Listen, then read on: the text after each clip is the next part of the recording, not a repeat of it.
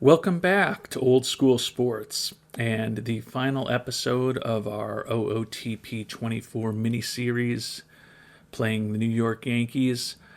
We just completed our third season as general manager of the New York Yankees, and after falling in the American League Championship Series in 2023 and 2024, finally got the job done right, taking the World Series 4-2 over the Arizona Diamondbacks to give the Bronx Bombers the 28th championship in their history. You can see we ended up with a just very solid and consistent offense, no massive years, but Peraza, Judge, Dominguez, and Wells all had WARs over 4, and Anthony Volpe wasn't far from that. Carlos Rodon won the pitching Triple Crown and will likely be named AL Cy Young Award winner shortly, where he will take the award from Garrett Cole, who was last year's AL Cy Young Award winner. And then Walker Buehler, who we brought on as a free agent, also had a solid year for our pitching staff with a WAR of over 3. So a good solid year for the Yankees. The 92-70 record was the worst of our 3 seasons, but we still did win the AL East for a third consecutive season. And as I talked about, we finally got the job done right in the postseason this year.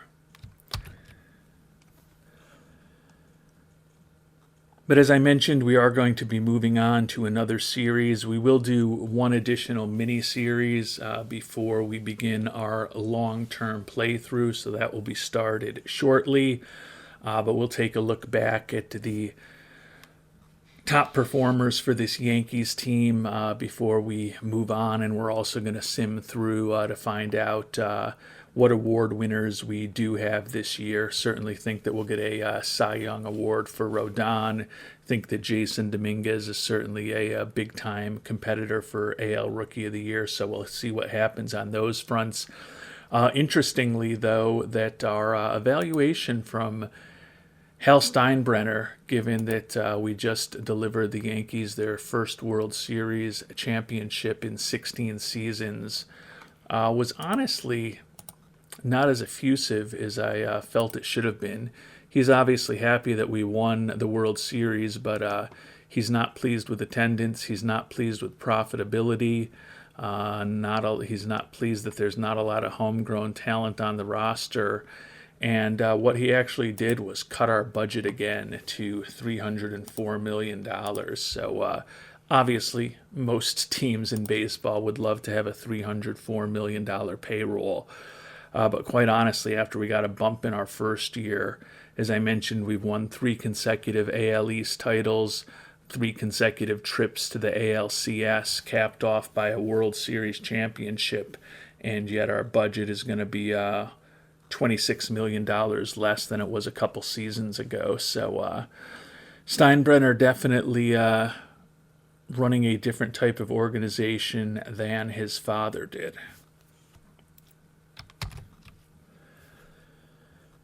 In taking a look at the Yankees pitching staff, Carlos Rodon, as we mentioned, brilliant season, led the American League in games started, wins, innings pitched, strikeouts, ERA, WHIP, strikeouts per 9, quality start percentage, FIP minus, and WAR. Clearly would be one of the most shocking votes in history of sports awards if he does not receive the AL Cy Young Award. Would think that he'll get some votes for MVP as well.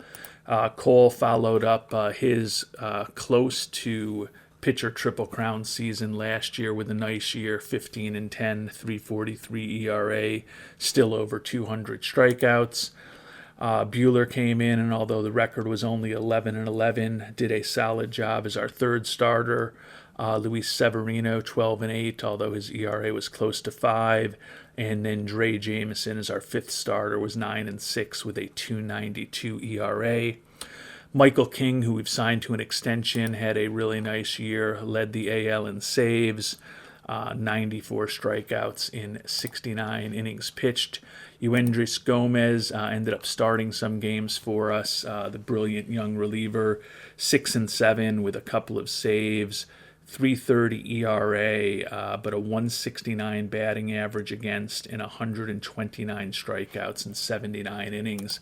So he looks like a big part of the Yankees team going forward. Nice year from Brian Abreu, 2.22 ERA, 94 strikeouts in 65 innings. Left-hander Dylan Lee, who we picked up in a trade in the offseason. Honestly, a bit disappointing. 3-3 record, 4.96 ERA. Ron Marinaccio split the year between Scranton and New York, was very effective with the big club. Evan Phillips, really nice year, 74 strikeouts, 2.11 ERA out of the bullpen. Joe Mantiply, lefty specialist, only pitched 24 games for us, but was good with a 2.97 ERA. Justin Wilson ended up being called up near the end of the year when we had some injury issues. Did not do a great job for us. And then Taylor Rogers, another lefty specialist, 67 games, only 45 and a third innings pitched, struck out 55 with a 3.38 ERA. So really nice season broadly from the Yankees pitchers. Those of you who have seen previous episodes have seen these stats. But the Yankees pitching staff was first or second in pretty much every pitching category this year. The only ones where we were second were bullpen ERA, BABIP, home runs allowed, and walks. But other than that, we're first in the American League in everything, and ended up being third in runs scored. So pretty potent offense and an excellent pitching staff. And it added up to a team that, although we were struggling in mid-July, still hit a losing record even in mid-July. Rallied down the stretch with big months overall for July, as well as August, September, and October, and then kept that momentum going until clinching the World Series in November. Turning to the Yankees' everyday players, as I mentioned, it ended up being a pretty balanced offense. No one had a monster year, but a lot of good seasons. Anthony Siegler, who came up to be our backup catcher after we traded away Higgy, hit 255 and 47 at-bats.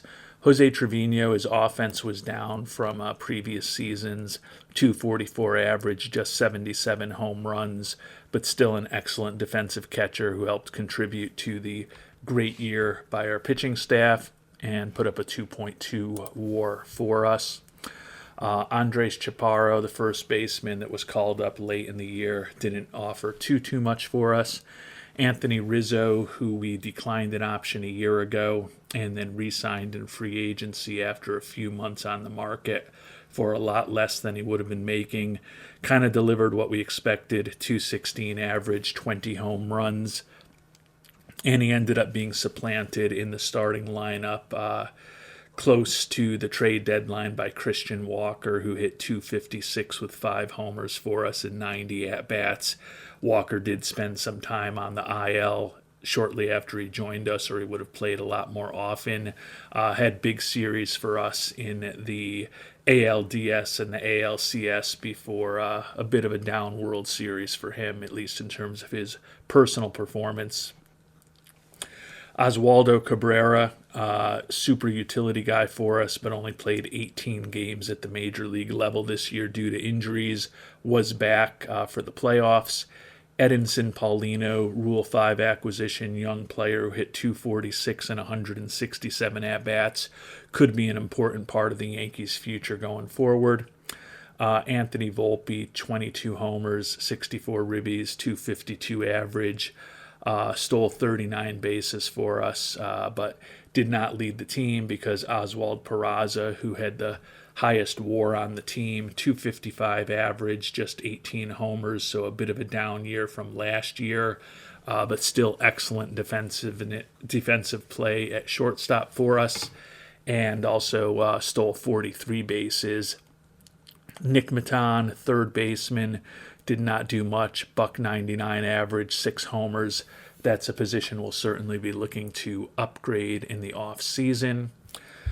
Jason Dominguez, as we mentioned, potential MVP candidate, and he was also the World Series MVP for us. ended up hitting 298, 23 homers, 80 runs driven in, and he also stole 21 bases.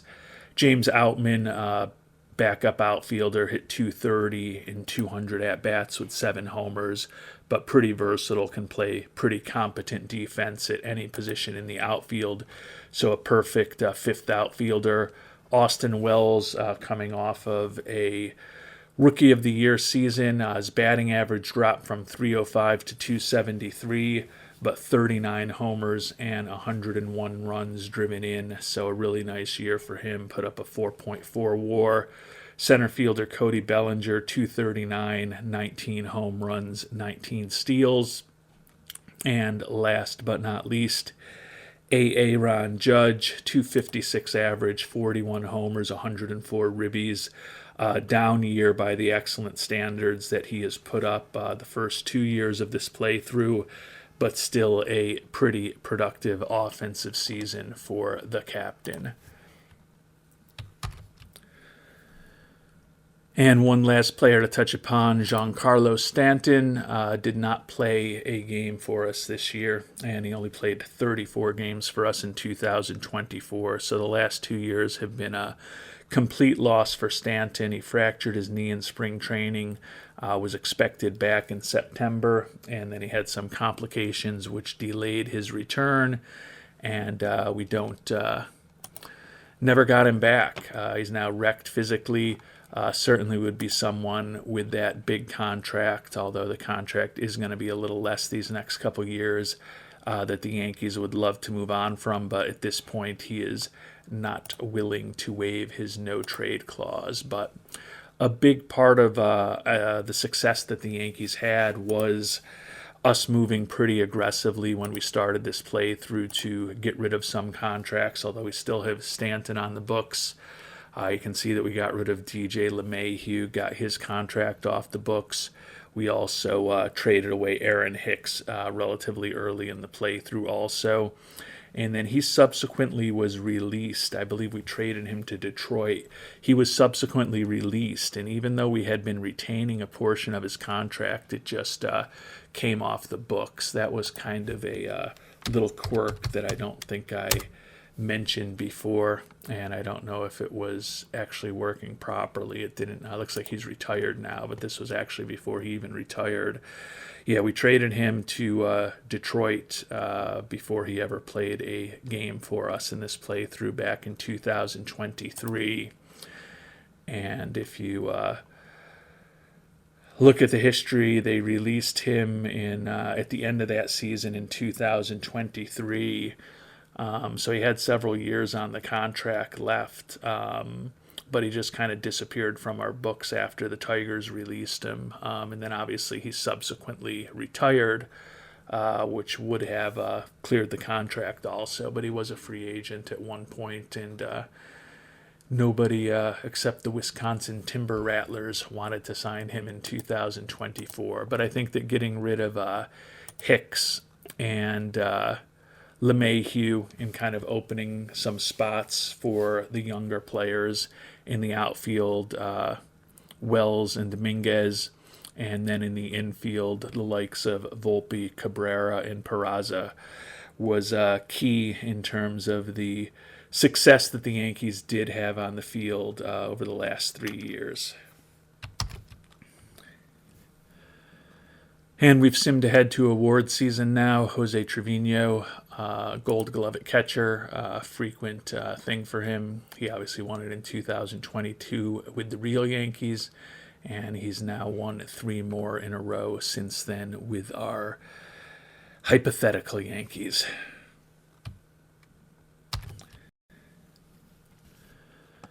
And moving on to the Silver Sluggers, a lot of hardware in the Yankees outfield. Jason Dominguez, the rookie, left field Gold Glove.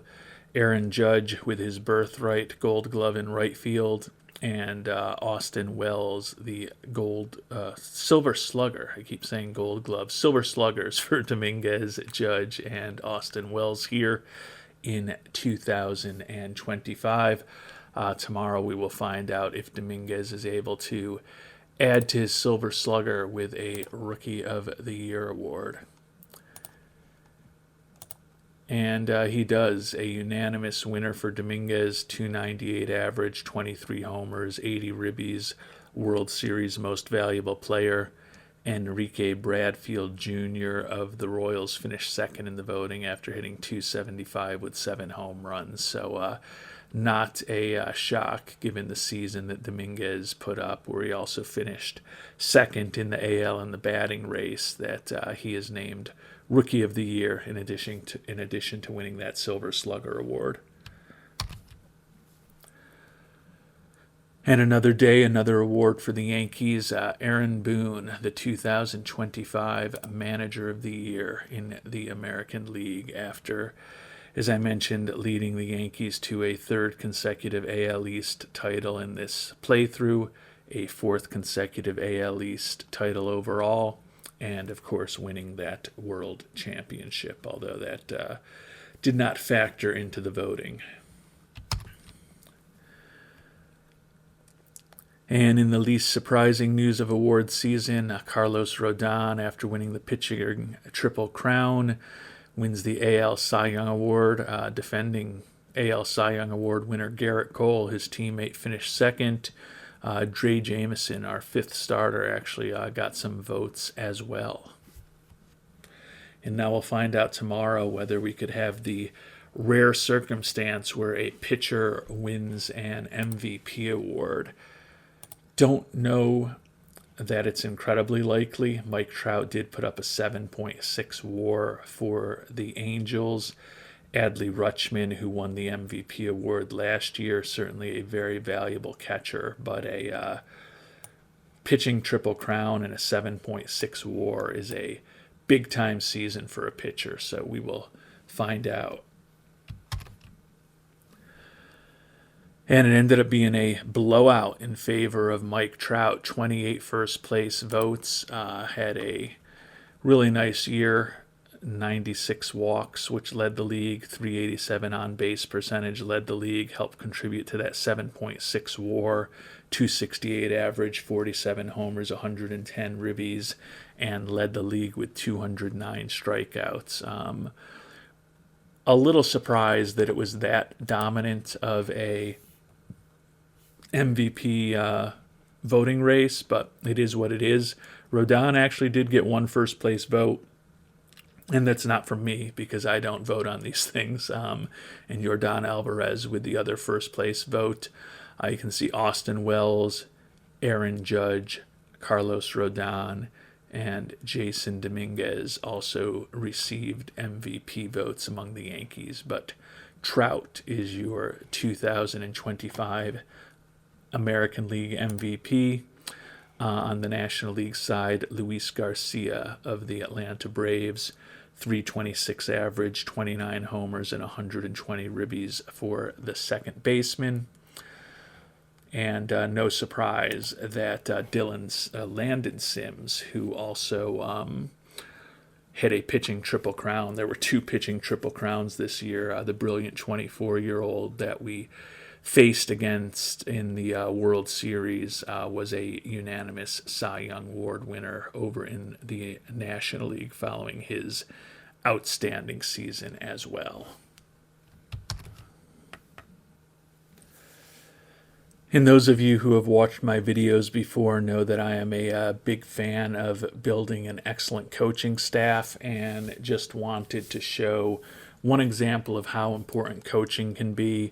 We brought Bo Jackson on as our first base coach, and for whatever reason, and he's been with us for a couple of seasons now, for whatever reason, Bo Jackson is viewed as a legendary teacher of catching and infield skills in this game, and it's really paid off. The other thing that Bo Jackson happens to have is a excellent relationship with the young shortstop Oswald Peraza. And if you look at these infield range, error, arm, and turn double play numbers, they have all improved 5 to 10 points. I think possibly even 15 points in perhaps the infield error rating since Peraza came up with us in 2023. Obviously, he was up with the Yankees before that, but just another example of if you've got really good coaching and those coaches have really good relationships with some of the players, you can definitely get some growth and improvement in those defensive ratings if you've got the right coaching and the right relationships. So, one final, I won't say lesson learned because we've talked about this in a lot of videos in the past, but one final lesson reinforced during this Yankees playthrough about the importance of building a good coaching staff, having people who are good at teaching all of the different aspects from the game, having coaches that have good relationships with your players.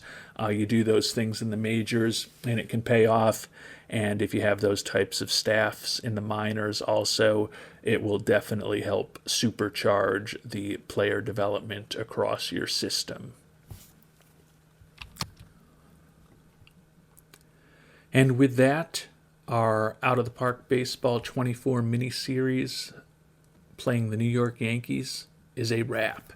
We are going to do one more mini series over the next couple of weeks before we begin our long-term playthrough. We'll be starting that next mini series in the coming days. What we're going to do there is use one of the teams that was in our video of 10 challenging teams to consider in Out of the Park Baseball 24 that we are not going to go with for the long-term playthrough. Also going to really use that series as a test to see where the game is. We're going to turn the trading reputation and all of the new features of the game back on. We had turned the trade reputation off during this playthrough just because we didn't like the way it was working. But it's going to be our last opportunity to really try to break the game and get to know some of the new features of the game even better before we begin our long-term sim. So if you're still watching now, would appreciate if you would join us for that mini series and then our long-term series after that. Until then, thank you so much for watching and hope you have a great day.